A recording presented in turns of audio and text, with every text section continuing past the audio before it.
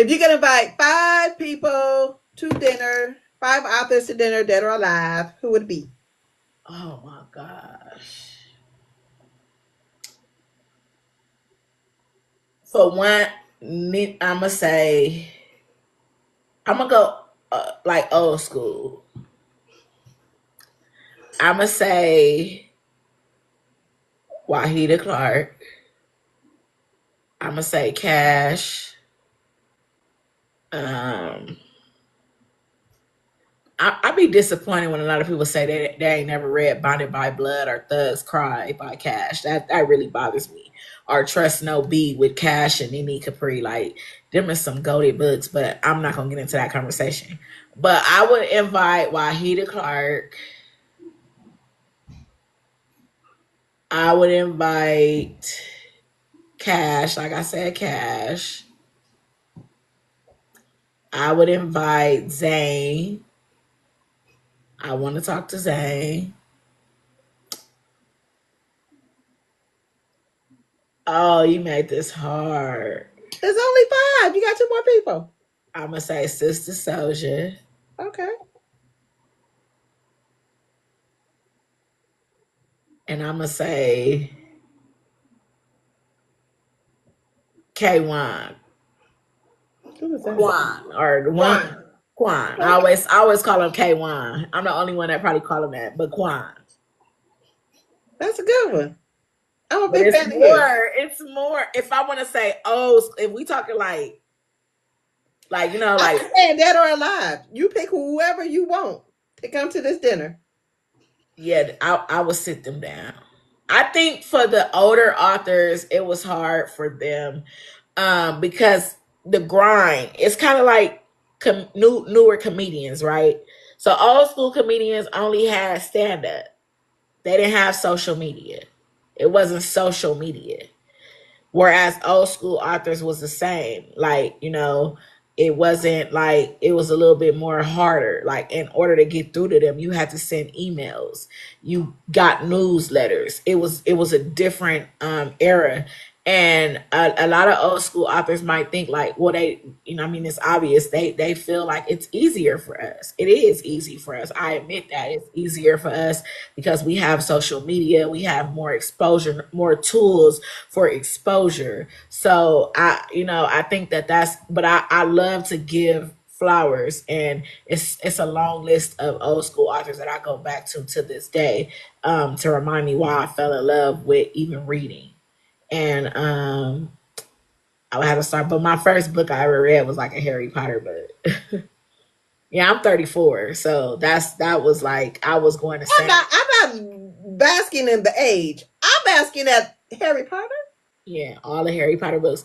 I read all the Harry Potter books. I also used to like, what's that book where it was a child, little white boy, and then a big black dude. What's his name? It's like I think it's a Tom Sawyer book or something. No, who book is that? I can't. Was it Huckle and I know who you you're know what? talking I about. can't even think of it, but it's one of them old school little novels. I used to read them little. It was like a short little white boy. I know who you're talking about. He I was just a can't think of kid, the name. and the big buff like black dude. I used to read those Huckleberry books. Finn. Yes. I used to read those books. And then my granny used to take me to Sam's Club, and I used to get all the little Harry Potter books, and it's some other little books I started reading. I didn't get into urban until junior high. But she gonna come here with come here. Yeah, exactly. She's talking about some it's giving spoiled. Anyway, I used to go to Sam's Club and get all the Harry Potter books, and and I was a little disappointed when I got older and I seen the movie. Like I didn't feel like they gave enough. But the movies are good, but when you read a book, it's not like how the movie, like it's not what you intended from the movie, because of course it'd be too long if they try to add everything. But yeah, that was my first. Those were my, and I used to love the Huckleberry Finn books. I don't know why I love those books. Their little adventures and stuff like that. I love those books. But I don't think it was so much about. I think that's what we grew up on. So that's the nostalgia of it Hmm. all, I think. Because again, my first book that I ever probably fell in love with reading was Are You There, God? It's Me, Margaret. Oh wow. I'm old. I'm Wow. old. I'm old. Baby, I'll be 55 That in ain't March. that ain't oh you that ain't No, I'm oh. talking about compared to you guys. I'm older. I got 20 years on mostly everybody. Mostly. I also like to read the older books to appreciate that writing style. Yes. Um, as time go on, readers expect the newer type of writing. Like if an author was to go and write how like how the writing story, how penning stories was back in the day, it'll probably be like little complaints and stuff. I appreciate it though. Storytelling. Like Nene Capri got a book called The Pussy Trap. It's one that ain't really that old, but it's like considered like the old. She a part of the OGs.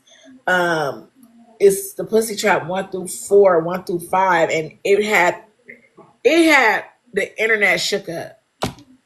Like what's gonna happen? What's gonna happen? Like it like the suspense. And authors back then wasn't afraid to not give their readers a happily ever after. If something ends a certain way, it just ends a certain way. Readers are crying because their favorite characters is getting killed off. Like it wasn't like authors were just unapologetic about that. Like they didn't give a damn. Like yeah, so and so died.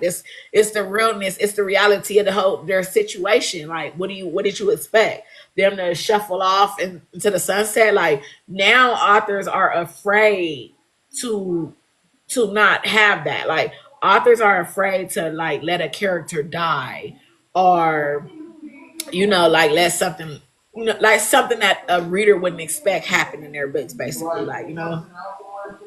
So I felt that way about Sister Soldier's book. I yeah. didn't want that lady to come back. I didn't like Life After Death.